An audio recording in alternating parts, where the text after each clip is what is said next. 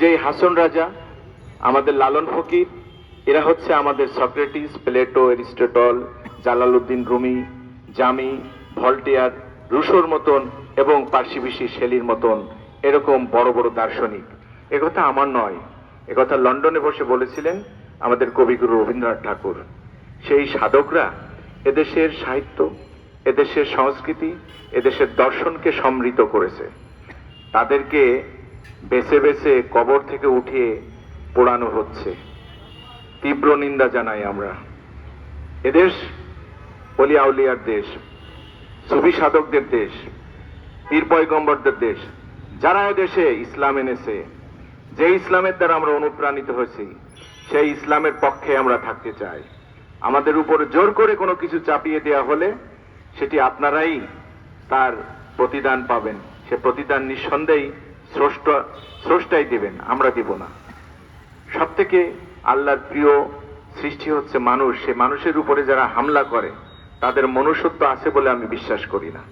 তারা মানব কল্যাণে আসতে পারে না, তাদের কোনো উদ্যোগই মানব কল্যাণের হতে পারে না।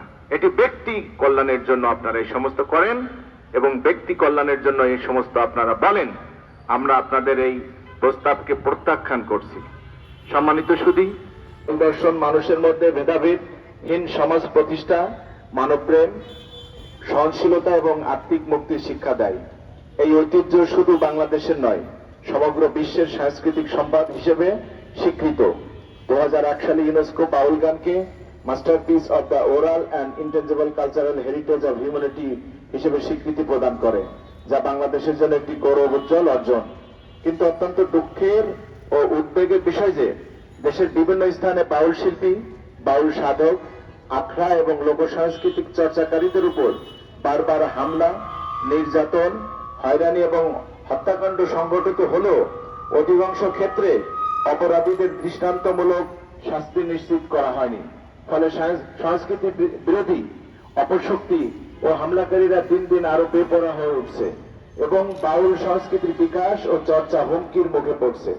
সম্প্রতি পদ্মহেম ধামের প্রতিষ্ঠাতা, বিশিষ্ট বাউল সংগঠক ও সাংবাদিক কবির হোসেনের উপর সংঘটিত ন্যাক্কারজনক হামলার দেশব্যাপী বাউল, লোকশিল্পী ও সংস্কৃতি কর্মীদের মধ্যে গভীর ক্ষোভ ও উদ্বেগ এবং নিরাপত্তাহীনতার সৃষ্টি করেছে। একজন সাংস্কৃতিক সেবক ও বাউল সংগঠকের উপর এ ধরনের হামলা কেবল ব্যক্তির উপর আক্রমণ নয়, বরং এটি বাংলাদেশের লোকজ সংস্কৃতির, বাউল দর্শন এবং সাংস্কৃতিক ঐতিহ্যের উপর প্রত্যক্ষ আঘাত। আমরা মনে করি কবির হোসেনের উপর হামলার ঘটনা নিরপেক্ষভাবে তদন্ত করে জড়িতদের দ্রুত গ্রেপ্তার ও আইনের আওতায় এনে দৃষ্টান্তমূলক শাস্তি নিশ্চিত করতে হবে। একই সঙ্গে পদ্মহেম ধামের নিরাপত্তা ও সুরক্ষা নিশ্চিত করতে হবে।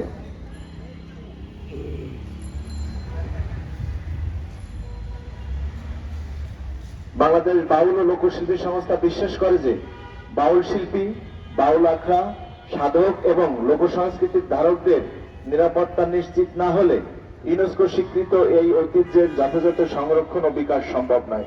তাই রাষ্ট্রকে বাউল সংস্কৃতির সুরক্ষা, গবেষণা, বিকাশ এবং আন্তর্জাতিক প্রচারে আরো সক্রিয় ভূমিকা পালন করতে হবে। পাশাপাশি সংস্কৃতির উপর হামলাকারীদের বিরুদ্ধে কঠোর আইনগত ব্যবস্থা গ্রহণের মাধ্যমে একটি নিরাপদ সাংস্কৃতিক পরিবেশ নিশ্চিত করতে হবে। এই প্রেক্ষাপটে বাংলাদেশ বাউল ও লোকশিল্পী সংস্থা বাউল, লোকশিল্পী, সংস্কৃতি কর্মী, সাংবাদিক, লেখক, গবেষক, মানবাধিকার কর্মী এবং সংস্কৃতি প্রেমী সকল নাগরিককে মানববন্ধনে অংশগ্রহণের জন্য আহ্বান জানাচ্ছে। মানববন্ধনের দাবিগুলো আমরা তুলে ধরছি। বাউল সংগঠক ও সাংবাদিক কবির হোসেনের উপর হামলাকারীদের অবিলম্বে গ্রেপ্তার ও দৃষ্টান্তমূলক শাস্তি নিশ্চিত করতে হবে। পদ্মহেম ধামের নিরাপত্তা ও সাংস্কৃতিক কার্যক্রমে সুরক্ষা নিশ্চিত করতে হবে। দেশব্যাপী বাউল শিল্পী, বাউল আখড়া ও সাধকদের উপর সংঘটিত হামলা, নির্যাতন ও হত্যাকাণ্ডের বিচার নিশ্চিত করতে হবে। ইউনেস্কো স্বীকৃত বাউল ঐতিহ্য সংরক্ষণে বিশেষ রাষ্ট্রীয় কর্মপরিকল্পনা গ্রহণ করতে হবে। বাউল ও লোক সংস্কৃতির চর্চার জন্য নিরাপদ, সহনশীল ও অনুকূল পরিবেশ সৃষ্টি করতে হবে। বাউল শিল্পী ও লোকশিল্পীদের সামাজিক নিরাপত্তা, মর্যাদা এবং রাষ্ট্রীয় পৃষ্ঠপোষকতা বৃদ্ধি করতে হবে। সবাই